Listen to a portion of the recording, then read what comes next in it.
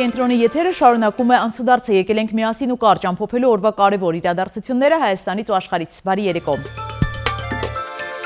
Երևանը քաղաքականապես պատրաստ է հենց այսօրվանից Հայաստանի տարածքով ապահովել տարանցումը Նախիջևանից Ադրբեջանի հիմնական մաս, Թուրքիայի ու Նախիջևանի և Թուրքիայի և Ադրբեջանի հիմնական մասի միջև, բայց այդ հատվածներում երկաթուղին վերանորոգման կարիք ունի։ Վրաստանում Մետաքսի ճանապարհ միջազգային համաժողովում է վստահեցրել Փաշինյանը։ Կարևոր է համարել նաև Բաքվի պատրաստակամությունը վերացնել իր տարածքով դեպի Հայաստան բեռների տարանցման բոլոր սահմանափակումները։ Մենք ոչ միայն քաղաքական, այլև տեխնիկական առումով պատրաստ ենք հենց այսօրվանից, առանց չափազանցության հենց այսօրվանից, Հայաստանի Հանրապետության տարածքով ապահովել բեռնատար ավտոմեքենաների տարանցումը Թուրքիայից դեպի Ադրբեջան և Ադրբեջանից դեպի Թուրքիա։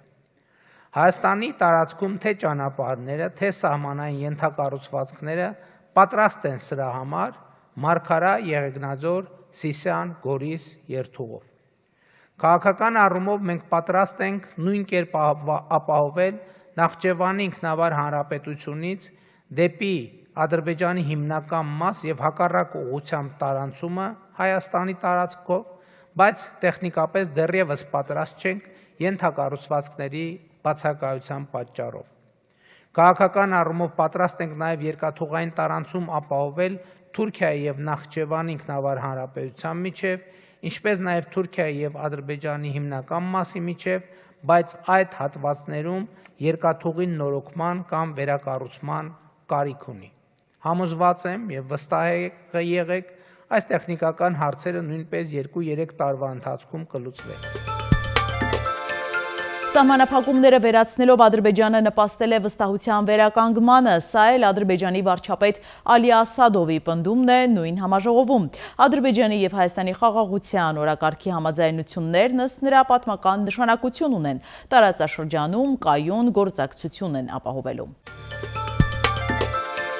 Ղազախական Ադրբեջանով Հայաստան բերելու լուրը խորհրդարանական ընդդիմությանը չի ոգևորում։ Նրանք կողմ են ճանապարհների ամբողջական ու միաժամանակյա ապաշրջափակմանը։ Իշխող ուժի падգամավորներն էլ նրանց անկեղծությանը չեն հավատում։ Իլհամ Ալիևը Ղազախստանում Տոկաևի հետ հանդիպումից հետո ղազախների իսիրույն ասում է, գիտեք, ղազախական ցորենը Ադրբեջանի վրայով առաջին անգամ գալու է Հայաստան, որից հետո Պապոյան Գևորգը կրկնում է Իլհամ Ալիևին։ Լավ, ինչի պետք է Հայաստանից չիմանային, որ ցորենը Ադրբեջանի տարածքով, բայց այդտեղ մի կարևոր բան կա։ Առաջին պահին տպավորություն էր, որ բանա երկաթ գծով գալու է, օրինակ մտնի Իջևան, չէ,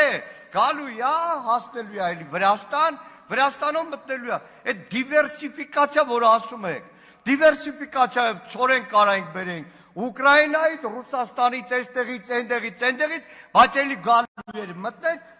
Վրաստան, Վրաստանով մտներ Հայաստան։ Միշտ էլ է եղել, ժողովուրդ ջան, այո, կողմը լալով դեմ եք եղել, դեմը լալով կողմ եք եղել, բայց ընդհանուր առմամբ միշտ, գրեթե միշտ դեմ եք եղել Հայաստանի Հանրապետության անկախությանը, որովհետև ես մի քանի անգամ ասել եմ, դաշնակցության ինքնությունը խարսխված է պետականություն չունենալու փաստի վրա,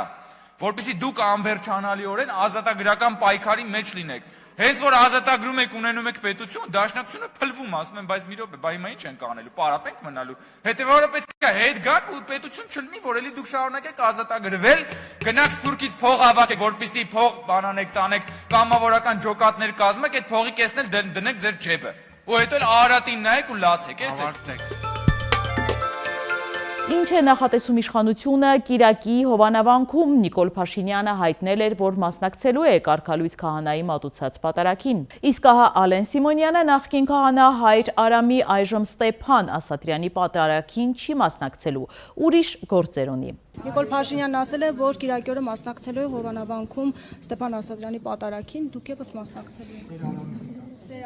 Չէ, չեմ մասնակցելու։ Ինչու՞։ Չգիտեմ, չեմ մասնակցելու, պետք է մասնակցեմ, որտեղ ինքը Փաշինյանն է ուղղակի ասել։ Հասկացա, ինքը ասել է, որ ինքը մասնակցել է, ես գործեր ունեմ։ Քաղաքացիական պայմանագիրը Գյումրիում մտադիր է փառաքար 2 անել։ Պատիվ ունեմ խմբակցության падգամավորն է ահազանգի հեղինակը։ Մարտուն Գրիգորյանն ուղերձը ստացել է իշխող ուժի падգամավորներից, համոզված է հանրապետության երկրորդ քաղաքում ամեն ինչ դեռ նոր է սկսվում, ինչ էլ լինի քաղաքական աստառ է ունենալու։ Երեք ամբողջ օրը ազգային ժողովի ամբիոնը օգտագործում էին հրահրելու առնահեղություն Գյումրի քաղաքում։ Չէ, այս ԿՊ-ի պատգամավորներից մարդ կա, ում սիրտը արուն է ուզում Գյումրի քաղաքում ու առավոտից իրգուն այդ մարդու խոսույթը էդ է։ Մարտուն Գրիգորյանի ընկերը, ընկերոջը, ընկերն էլ դարել է արդեն ընկերներին, էլի Վարդան Ղուգասյանը սպանել է Մարտուն Գրիգորյանի ընկերներին, Մարտուն Գրիգորյանը ընտրեց Վարդան Ղուգասյանին, չէ, ես սովորաբար կանանց չեմ հագադարձում, չեմ էլ անդրադառնում, չէ, Կարեն Սարոխանյանը ինձ հետ կապված բան չի խոսել։ Ուրեմն, այս մարդկանց սիրտը արուն է ուզում, այս մարդկանց սիրտը փառաքյալ 2 է ուզում եւ այդ ամեն ինչը ուզում են, որ լինել Գրիգորյան Մարտունի եւ Վարդան Ղուգասյանի ընտանիքների թիմերի միջև։ Այս պայթրությամբ փառք ու պատիվ մեզ որ կարողացանք այդ սադրանքներին չտրվել, բայց այն որ Գյումրիում սպասվում է իմ կնահատմամբ այդ սցենարը եւ փորձելու են Գյումրիում ինչ որ իրավիճակներ ստեղծել եւ մեզ քաշել կրիմինալ, վենդետայի, չգիտեմ ինչ նմանատիպ բաների մեջ, հստակ երևում է, չէ՞։ Քիչ առաջ դիտում էի պարոն Մարտուն Գրիգորյան ձեր ճեպազրույցը ու կներեք, բայց շատ խնդրահարույց բաներ լսեցի այնտեղ։ Այնտեղ ասում եք ԿՊ-ական падգամավորները արյուն են ուզում Գյումրիում ու ենթադրաբար հղում եք անում նաև իմ խոսքերի, որոնցով որ ես ասում եմ, որ Վարդան Ղուգասյանը կամ իր կլանը սպանել է ձեր ընկերներին, դուք նրան քվ եք տվել։ Ասում եմ, բայց դա չի նշանակում, որ ես արյուն եմ ուզում։ Հակառակը, դա նշանակում է, որ ես արյուն չեմ ուզում։ Ադրբեջանում վարժանքներ են անխորտակելի գործընկերություն 2025-ին մասնակցում են ադրբեջանական բանակի հատուկ նշանակության զորքերը եւ Արաբական Միացյալ Էմիրությունների նախագահական գվարդիայի հատուկ գործողությունների հրամանատարությունը։ Առաջարկում եմ միասին ծանոթանալ մամուլի հրապարակումներին։ Հրապարակը գրում է. Ազգային ժողովի փոխոսնակ Ռուբեն Ռուբինյանի վերջին օրերի գերակտիվությունը բուռն քննարկումների տեղիք է տվել նաև իշխանական թիմում։ Ասում են արդյունքը միացնում ես, Ռուբինյանն է խոսում ամենատարբեր թեմաներով, կարծիք կա, որ այդ ակտիվությունը մեկ նպատակ ունի՝ ապագա խորհրդարանում զբաղեցնել ազգային ժողովի նախագահի պաշտոնը։ Երեք Ալեն Սիմոնյանի բացակայությունը հարմար առիթ էր, որ Ռուբինյանը շեֆի մոտ ցուցադրեր իր արժանինքները եւ բարձր ամբիոնից շշպռեր քաղաքական օպոնենտներին, ցույց տալով, որ ինքն Ալեն Սիմոնյանին չի զիջում նաև այդ հարցում, ընդ որում ԿՊ վարչության վերջին ընտրություններում Ալեն Սիմոնյանն իր ստացած քվեներով զիջում էր Ռուբինյանին, նա 11-րդն էր։ Ուստի ԿՊ-ում կարծում եմ, որ նա այլևս չի կարող հավակնել այդ պաշտոնին, բայց ազգային ժողովի խոսնակի աթոռի վրա այլ աչքեր էլ կան, օրինակ Հայկ Կոնջորյանի, Լիլիթ Մակունցի։ Ասում են Փաշինյանն ուզում է, որ այս բարձր պաշտոնին էլ կին նշանակի, կանանց ծառայություններից ու նվիրվածությունից գոհ է։ Հրապարակում նաև կարդում ենք հոկտեմբերի 2-ին բարձրագույն դատական խորհրդում անցկացվել է քրեական մասնագիտացված դատավորների հավաքնորդների քննություն, որին մասնակցել է 36 անձ։ Քննությանը մասնակցած երկու տեխնացուի մասին հրապարակը գրել էր, մեկը Ներսես Զեյնալյանն է, արդարադատության նախարար Սրփուհի Գալյանի խորհրդականը, մյուսը ազգային ժողովի նախագահ Ալեն Սիմոնյանի օգնական Կարլեն Գրեյանը։ Իդեպ նոր տեղեկություններ ենք ստացել, որ քննությանը մասնակցել է նաև մի քանի ընդդիմադիրների նախորդ երթին մասնակցած եւ երթից հետո կալանավորված տաշիրցիների գործով դատախազ Հայկ Ավետյանը։ Բարձրագույն դատական խորհրդում ամփոփվել են քննության արդյունքները եւ քննությանը մասնակցած դատավոր դառնալու հայտ ներկայացրած 36 անձից ոչ մեկը չի կարողացել նվազագույն շեմը հաղթահարել, չի ստացել 80 միավոր, այսինքն ոչ մեկը չի անցել երկրորդ փուլ, իսկ առաջին փուլը սովորաբար ավելի հեշտությամբ են հաղթահարում, քան երկրորդը։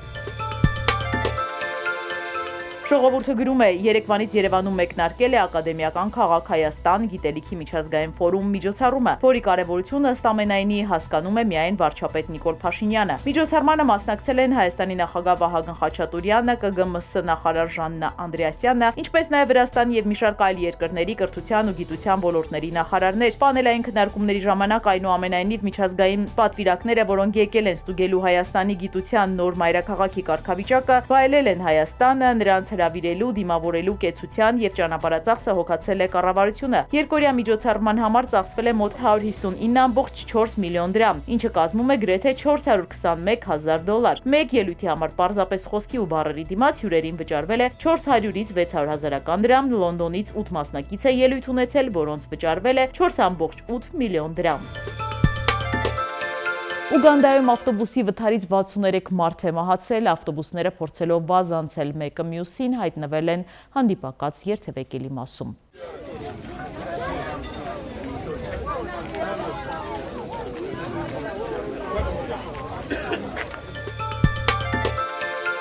Եվ եղանակ առաջիկա օրերին տեղումներ չեն սպասվում, ջերմաստիճանը կբարձրանա 5-ից։ Սիրելի հետևորդներ, եկեք կատարենք մի քանի պարզ քայլ մեր YouTube-յան ալիքը զարգացնելու համար։ Ձեզանից մի քանի վայրկյան է պահանջվելու, հավանում եք այս հաղորդաշարը եւ բաժանորդագրվում։